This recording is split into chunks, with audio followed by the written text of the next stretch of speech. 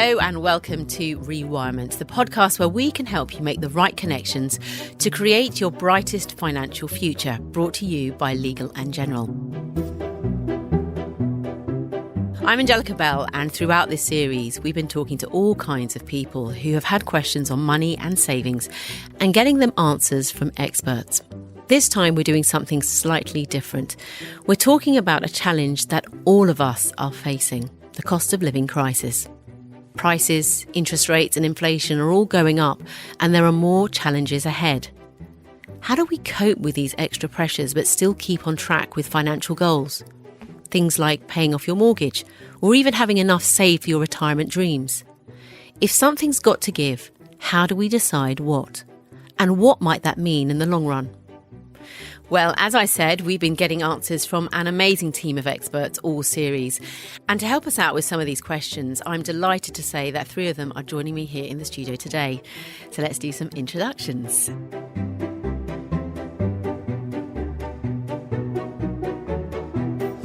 Sarah Astley is with us, who was our advisor who talked to Bola in our episode about making sound financial decisions in your 20s. She's a consultant with Mattioli Woods and provides her clients with a full range of long-term strategic financial support. Hi, Angellica. Hi, Sarah. We also have Pete Komolafe, who helped Jessie in our episode focusing on dealing with personal finances while you're running your own business. He's a YouTuber, podcaster and TV contributor, and also a qualified financial advisor on a mission to help people create financial security. Hi, hello.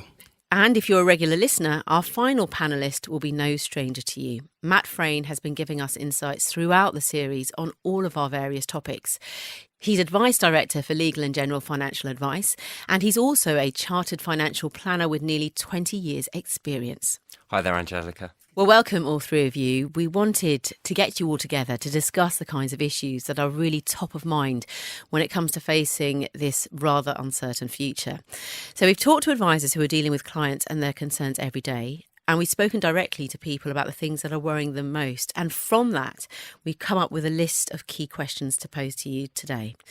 So one of the most obvious issues that's come out is when someone says their money's tight at the moment, they want to reduce their monthly savings and their pensions for the short term, and they don't know what to do. So what would you advise them? And we'll go to you, Sarah. So absolutely, everyone has to think about how they spend the money that comes in. And something that is repeatedly being asked is, shall I reduce my pension provision now that I'm paying in to save a little bit of extra money? But I would say there's a few key points that you should consider before absolutely committing to that kind of strategy. In the first instance, you would have to check that your workplace pension arrangement actually allowed you to either reduce or to stop your pension contributions. But assuming that it does, you should also consider whether a reduction in your employee pension contribution will affect how much your employer pays in for you, because ultimately that's free money that you're benefiting from over the long term. But then the other point that I would just say to kind of ponder is that with pension contributions, you benefit from tax relief at your marginal rate. But also, if you're paying into a pension through salary sacrifice, you also save national insurance contributions and potentially also student loan repayments. So actually, you might find that by reducing or stopping your pension contribution, your net take-home pay doesn't increase by that much. Ultimately, if you do decide to reduce the amount you put into your pension, you've got to consider that it might impact on the amount you ultimately have at retirement. So you may have a reduced lifestyle as a result. You might have to continue working for longer, or you may have to pay in more to your pension at a later date. So it will cost you more to cover that shortfall. So what you're saying basically is research, think about the implications before you do anything Absolutely. drastic. You guys are nodding your head as well, aren't you? Yeah, completely Absolutely. agree. Yeah, she hit the nail on the head, really. I think it's a very important decision to consider.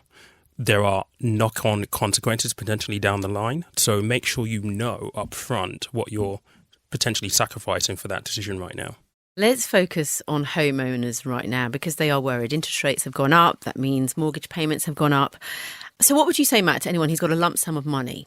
Should they be trying to reduce their mortgage or help cover the higher payments? Yeah, it's an interesting one, Angellica. I mean, reducing debt is almost always the most sensible thing to do. At some point, you do have to pay off your debt, and your mortgage is quite often the biggest debt that you have. So there is a lot of sense in that. And Paying off a debt like a mortgage, a long-term debt early, can actually mean that the overall amount that you end up paying back over your lifetime is vastly reduced. So it can be a really sensible option. And when you do pay back something like a mortgage or make an early repayment on a mortgage, you normally have the option of keeping the term the same but reducing your monthly costs, your monthly spends, which can be really helpful, especially in the current climate where you might want to free up some money. Or you could keep the monthly payments the same but reduce the term, which means that the mortgage will be paid off sooner. So it can be a very, very sensible option. It's interesting because I'm actually thinking about this at the moment because obviously savings aren't doing anything. And I'm like, what should I do? What should I do? Yeah, and another thing to consider is how much are you getting in savings versus how much are you paying in interest on your mortgage. So you can do some fairly quick maths to go, I'm getting X% on this, but I'm paying X% on that. And you can see which is the higher and make a decision off the back of that. I've just done the math and I know what I'm going to do. You're very welcome. Okay, Pete, I want to move on to you. We've had a question come in that goes along these lines. It says, my outgoings are now quite a bit higher every month, so something has to give. I'm currently saving £100 into a cash savings account and £100 into a stocks and shares ISA. Which should I prioritise? Okay, so when you look at a stocks and shares ISA, fundamentally it is an investment. So risk comes back into the equation. So the question is, do you need that £100?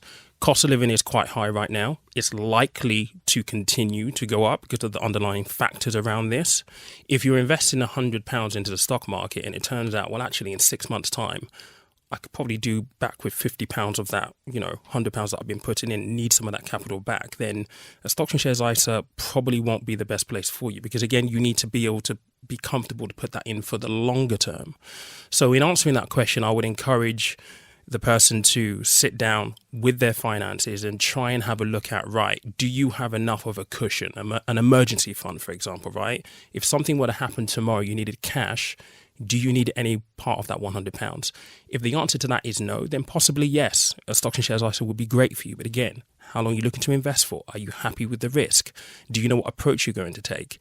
If the answer to it is, well, actually, I'm not really too sure, I think things might get a little bit tight, then maybe having a look at putting it in cash where you can readily get hold of it just to give yourself, that cushion. The idea and the fundamental approach that I always say to people is balance is so important. Balance doesn't mean investing all of the time. Yes, you want your money to work hard for you, but you have to ask that question in the context of what's going on. Where do you find the balance? Where does the balance sit? And if you're in a position where you need access to your money, make sure you can get the access. Absolutely. Yeah, I mean, that's vital for emergency funds. They have to be easily accessible. And just to follow on from Pete's point, you need to think about what these asset classes are designed to do. Cash is there to keep your money safe, certainly from a nominal position. You put £100 in, £100 will still be there. It won't fluctuate depending on markets. So if it's for emergencies, for short-term plans, that's what it's there for. If you are willing and able to invest for the longer term, that's when you should start looking at things like stocks and shares ISAs, where you've got the potential for that longer term growth. Well, Matt, actually, now that we're talking about stocks, the stock market has fallen.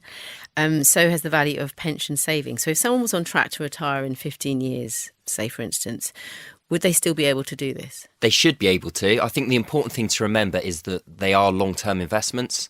So if you were looking to retire in a year, then there's different considerations. If you're looking at, in your example, 15 years, well, that's a long, long time. And any long-term investment, which a pension essentially is, will fluctuate. It will go up and down in value over that period, but they're designed for long-term growth. So you ride out those downturns and wait for the upturns to come back through. So if I was in that position, I wouldn't be panicking. I'd be letting the markets do what the markets do best. There are some plus sides potentially to fluctuations in markets. So if you're still contributing to a pension or to something like a stocks and shares ISA, when the markets have fallen, unit prices have fallen, so units are cheap to buy. So you're buying units at a low price, and then when the markets recover, you benefit from that through the growth. Yeah. I think it's important to recognise as well that volatility is completely normal when investing. If we think about the S&P 500, which is the top publicly traded companies in the US, it falls 14% on average every year. But despite that movement, has delivered positive returns in 32 out of the past 42 years. So it's completely normal, this kind of the peaks and troughs. It is part of investing. It worries people when they see the value of their pension or investment falling. That's a natural human reaction to it. But the thing that's really important to remember is it hasn't really lost value or grown. They're just paper losses at this point in time. If you've got a long time horizon, you're not touching that for 10, 15 years. What matters is what it's like in 10, 15 years, not what it's like today. We talk about this 15-year horizon and thinking about, well, would I be able to make it in 15 years' time? If you've seen a really good financial advisor, that's already built into the plan. So you have a little bit of comfort knowing that actually we planned for this. It's already in the plan to a certain degree. You know what contingencies have been put in place to help you manage that. And I think that's where the value of advice really shines through when you're working with a really good advisor to give you that transition through the journeys, the peaks and the troughs. Let's move on to you now, Sarah, and talk about cash savings because, as we've highlighted, they are earning barely any interest these days. Inflation is high, as you know. And it means that a lot of people's savings that they've, blood, sweat and tears into is valued at nothing for them. Do you know what I mean? Because you always want to make a return. What would you suggest to people who are feeling that at the moment? I think, firstly, it's important to recognise this is exactly what inflation does. It erodes the value of our purchasing power of our money over time, and it's one of the biggest risks of holding cash. It's in the news at the moment, it's really prevalent, it's very high, but we always have inflation, it's always there. But what I would say is it's prudent to hold some cash savings as an emergency fund in the event of unexpected costs arising. So typically I would suggest holding 3 to 6 months of essential outgoings. It just provides that little bit of peace of mind. It's about researching the best place for that money that's going to make it work as hard as possible. However, if you're saving for a medium to long-term objective, I'd really recommend thinking about investing. The precise strategy will depend on different factors, including how much can you afford for that capital to go down in value, because that will impact how much risk you should sensibly be prepared to take. But time frame is also really crucial for that, in that the longer the investment time frame you have, essentially the more risk you can afford to take, because essentially you can wait out those periods of volatility. So essentially what I'd say, to just go back to the question, is really consider what you're trying to achieve with your savings.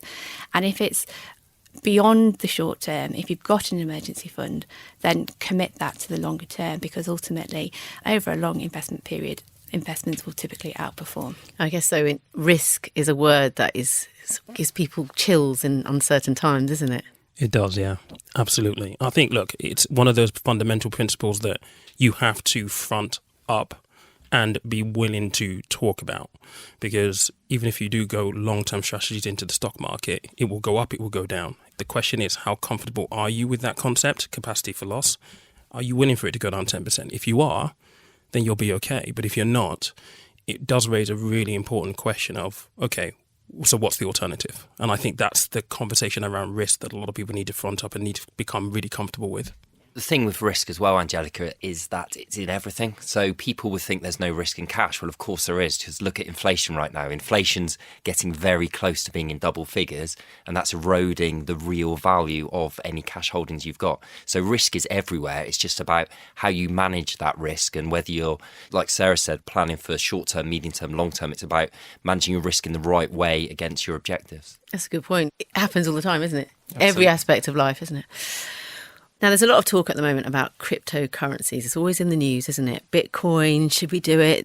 So what advice would you give to anyone, Pete, who is thinking of taking that plunge? This is the question that I get all the time. So, look, I think if you look at cryptocurrencies over the last couple of years, you can't get away from the fact that it's been in the headlines quite extensively. And there are stories of people who have made X amount of money and, X amount of millionaires on crypto. And that's attractive, because you're thinking, let's make some cash. 100%. Well, who doesn't want to make any money, right? Everybody does. But I think with Bitcoin and cryptocurrency specifically, for anyone who's going into it, it's important to acknowledge what it is for what it is. It is a new asset class, which is extremely risky, which fundamentally amongst most circles doesn't really do anything. It's based on sentiment more than anything else. So if you are looking at Bitcoin and thinking in the context of where it is right now, sub 20,000, I mean, 4 months ago, we were at $65,000 a coin. It is extremely volatile. Make sure you do your homework. If you're going into it thinking you're going to be a millionaire overnight, I hate to break it to you, but no, you're not. Unless you're very, very, very, very lucky.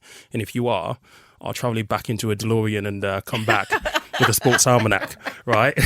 I'll send you the tips as well. But please be careful. It's very, very volatile. It's not a sure bet. It's extremely risky. I would completely concur with what Pete said there. I mean, if you invest in any one single company, any one single asset class, you're taking a really high risk approach. Most financial advisors would tell you to diversify, to spread your risk. My view on things like Bitcoin are, if you're prepared to lose that money, then absolutely go for it. It doesn't mean that you will lose that money. You might get lucky, it might go well, but don't risk money that you're not prepared to lose on something that is so volatile. I think on that point as well, I think it's important we note that the government doesn't have a clear stance yet about cryptocurrency because the market's too new. So it doesn't fall under our compensation regulatory kind of regimes. So you've got no safety blanket there if things do go wrong. So, Sarah, we've had a question that's come in along these lines saying, my monthly outgoings are higher than my salary now and I've budgeted as much as I can. I'm in my late 50s, so I could access some of my private pension savings to give me a lump sum, which I'm tempted to use to clear my mortgage. Should I dip into my pension pot to help? So, yeah, this is a situation that a lot of people are talking to me about at the moment, particularly in the current heightened cost of living crisis, if you like, in terms of things being more expensive. And so looking to alternative sources of income to help with that short-term position. Now, absolutely, you could consider accessing the pension provision to reduce your outgoings. Again, it's just worth understanding the consequences of doing so in terms of perhaps what capital that might leave you to help support your income needs when you do retire. Now, state pension is aged 67 and qualification for full entitlement is based on 35 years of qualifying national insurance contributions. You can obtain a state pension forecast, or if you're a bit younger, have a look to see how many national insurance qualifying years you've already become entitled to. But this will just help in terms of understanding how much your private pension will be supplemented by state pension further down the line, and it helps with that kind of cash flow forecasting. A couple of points to be aware of: if you do access pension income as well as tax-free cash, you don't have to do both. You have to draw tax-free cash to take income, but you don't have to then start that sort of regular provision if you don't want to. But if you do, it will limit how much you can then put into pensions going forward. So in this scenario of the question, Angellica, that you mentioned, if they are still working, the likelihood is that perhaps contributions are still being made.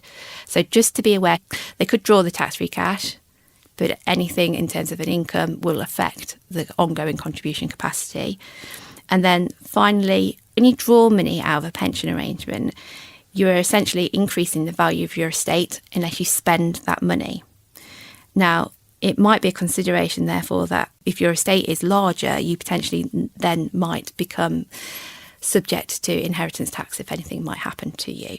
If inheritance tax might be an issue, if you have a large estate and potentially you're thinking, well, my pension is easily accessible where I might have other wealth that isn't, it's just something to perhaps be aware of, because when you're clearing your mortgage, you are actually just increasing the value of your estate, because otherwise that debt would have brought it down. Now, Pete, I want to move on to you. We've had a few questions that came up that were focused on life insurance policies. And people take out these policies when they take up their mortgage or certain times of their life. And they never think, oh, I'm going to have to think about maybe not paying into it because I need to pay my mortgage or stuff. What would you advise people if they're thinking of cancelling their life insurance to get more money? This is a really, really difficult one. And I think if you need to cut things, that is a natural position to be. I can completely empathise with it. But I think the main thing I would encourage anyone to do is to think about the purpose for the policy in the first place, right? So let's take, for example, life insurance, and you've got a mortgage. You've taken out a certain amount of money, call it £200,000, to cover you if anything would happen to you if you were to die. Now, granted, things are tight right now. It's very, very difficult. If you cancel the policy, and God forbid something did happen to you, you haven't got any coverage. So the question... You'd be in a worse situation. Exactly. Well, the people that you leave behind will be in a worse Exactly, situation. yeah. So the question then becomes, well, which one is more important? Now, let's just say nothing happened to you, okay? You cancel the policy, you were able to save yourself £10, £20, £40 a month, then that's great, that's fine. But what you've now done is you've cancelled an insurance policy that if you decide to take out 2 years later on will possibly cost you even more. So it's a difficult situation to navigate. But I would always encourage people to think about what it is that you're looking to sacrifice in the short term. It might cost you more money in the long term, and you have to start asking the question of what was the purpose for it in the first place. Beyond that, look, people have cut a lot already at the moment. If you can, find other things to cut those things first. I had a conversation with someone who had to cut, the Disney for the kids. It's not nice. But in replacement of life insurance policy, really, I think, you've got to think about the priorities and what's really important. Yeah, it's not comparable. Yeah, I mean, I completely agree. And I think insurances are a funny thing because in many ways you never want an insurance policy to pay out because it means something's happened to you. You've crashed the car, or you've had a flood at home, or you've got ill, or you've passed away. But if those massive life events do happen, these insurance policies are worth their weight in gold. So what Pete said is absolutely spot on. Look, we all sympathise that times are hard, and if people are struggling right now, they will have to make sacrifice and will have to cut certain things. But really think long and hard about cutting something like an insurance policy that could be so valuable to you if the worst did happen. I think it's about how we perceive it, isn't it? And for me, life insurance is not a discretionary spend. I need that peace of mind to know if anything were to happen to me, my loved ones won't be under financial pressure at a time of grief. It's how you perceive the life cover or any insurance really. Would you stop paying your house insurance or your car insurance, or life cover is the same kind of importance. It's that old adage, it's better to have it and not need it than Absolutely. need it and not Yeah, have it. 100%. And for something so important being covered by an insurance policy, you have to think about what happens if you didn't have it. Exactly. I had someone come up to me when I was just shopping, just said they saw me talking about life insurance and they were like, I can't really afford it. Got it. A month later, breast cancer in their 20s. Yeah. Matt, you're a bit of a guru on pensions. So I've got a question about, the high bills, high cost of living, as we know. And if someone's got a tight pension, is downsizing an option for them? So buy somewhere cheaper and use the extra money to help cover their costs? Potentially, yes. First thing I would suggest to people is check whether you've got any entitlement to any benefits, particularly pension credit. It's quite frightening, but 1 in 3 pensioners who are entitled to pension credit who would qualify for it aren't claiming it. That's Really? a huge That's amount a lot of people who could be getting government support and aren't. And actually, the Department for Work and Pensions are really trying to push that message. And at Legal in General, we're really supportive of that. And we're trying to get the noise out around that and get people to check their eligibility. And it's quite easy to do. You can actually just go on to www.gov.uk and use their pension credit calculator to see whether you're entitled, or indeed if one of your loved ones is entitled. So in terms of downsizing itself, downsizing is a very credible option. You can buy a smaller property, perhaps a lower value property, use the money that you've made from the sale of your home to help fund your retirement. It can make absolute sense for some people. And I suppose if you're in the position where your home's got too big for you, maybe your children have flown the nest, then absolutely it can make sense. There is another side to that. A lot of people are emotionally attached to their property. They've lived there for a long time. They like their neighbours. They want to stay put. The familiarity as well as you get older. That's it, absolutely. So for a lot of people, downsizing, whilst it's an option, isn't necessarily what they want to be doing. And for those people, there are alternatives. So you can look at things like later life lending through a lifetime mortgage or through a retirement interest only mortgage. With things like later life lending, you can actually release equity, release money from the property that you live in, but remain living there. You don't have to sell up and move. So for those who don't want to downsize, there are other options to stay in the home but still release some equity, some capital to help yourself. Now, Sarah, I'm going to come to you next. What would you say if someone were to ask this question? I'm due to retire next year and have pension savings of about £500,000. But if this year is anything to go by, generating an income for retirement from stock market investments will be a rather rocky ride. Would an annuity be a better bet? So I think this question really goes to the heart of the situation at the moment that we find ourselves in terms of understanding how much capital we need when we retire to make sure that we can have a lifestyle and an income to last the rest of our lives. So I think in the first instance, to explain a little bit more about the differences between an annuity purchase and pension drawdown, annuities haven't been compulsory since 2011. And in 2015, there was the introduction of pension freedoms, which essentially enabled you to access your pension pot however you desired. So whether that was to retire and draw it all out in one go, whether you wanted to draw a lower level of income, whether you might decide to stop a pension income at one point and restart it at a later date, it provides a lot of flexibility. However, this route does come with a responsibility of ensuring that your pension capital lasts for your whole life. It could affect how the level of pension you could draw sustainably over your lifetime. In comparison, an annuity purchase involves liquidating all of your pension capital and purchasing a guaranteed income for life from an annuity provider. So it provides peace of mind and security to know that it doesn't matter how long you might live for, you will always have that level of income coming in every month to pay for your bills. I think it's important, though, to understand or recognise that it's not one route or the other. You can elect to use some of your capital to purchase an annuity and use the rest for pension drawdown, or you could alternatively go into pension drawdown for a number of years and buy an annuity to a later date. So it's not a decision that you have to make at a specific time, albeit once you have bought an annuity, you can't then revert back to pension drawdown. I think this is probably one of the biggest and most important decisions anyone at retirement stage will ever make. How do I go about getting a sustainable income from the pot of money I've worked all my life to accumulate? And as it's just been mentioned there, they are two different things. And the important thing is, I would say, get advice. Work with an advisor who can actually help you plot your path, because you don't want to give away, £100,000 of your £500,000 pension pot with no death benefits and all this wonderful stuff and be able to pass it on to your beneficiaries, your family. You want to be able to make an informed decision. So working with an advisor is crucial for that kind of decision. Yeah, I mean, both Sarah and Pete have given fantastic answers there. I completely agree with them. I'm pleased Sarah mentioned that actually it's not an either-or situation, so that there could well be an argument for maybe using an annuity for a baseline level of guaranteed income and then potentially using income drawdown for flexibility above and beyond that, for instance. As Pete says, particularly if you've got a sizable pot, as we're using in this example, then the cash flow modelling that a financial advisor can do for you could be worth its weight in gold, could be really, really important. And I'd also, go further for not just people with larger pots of money, but for all people. There's a fantastic free service that PensionWise run, which gives people free guidance and gives them information around their options at retirement. And given it's free, why not? I think it's a really good service. Other than an hour of your time, why wouldn't you take that out and really think about the decision that you're about to make? Well, thank you all for some incredibly useful, important advice. You've been amazing.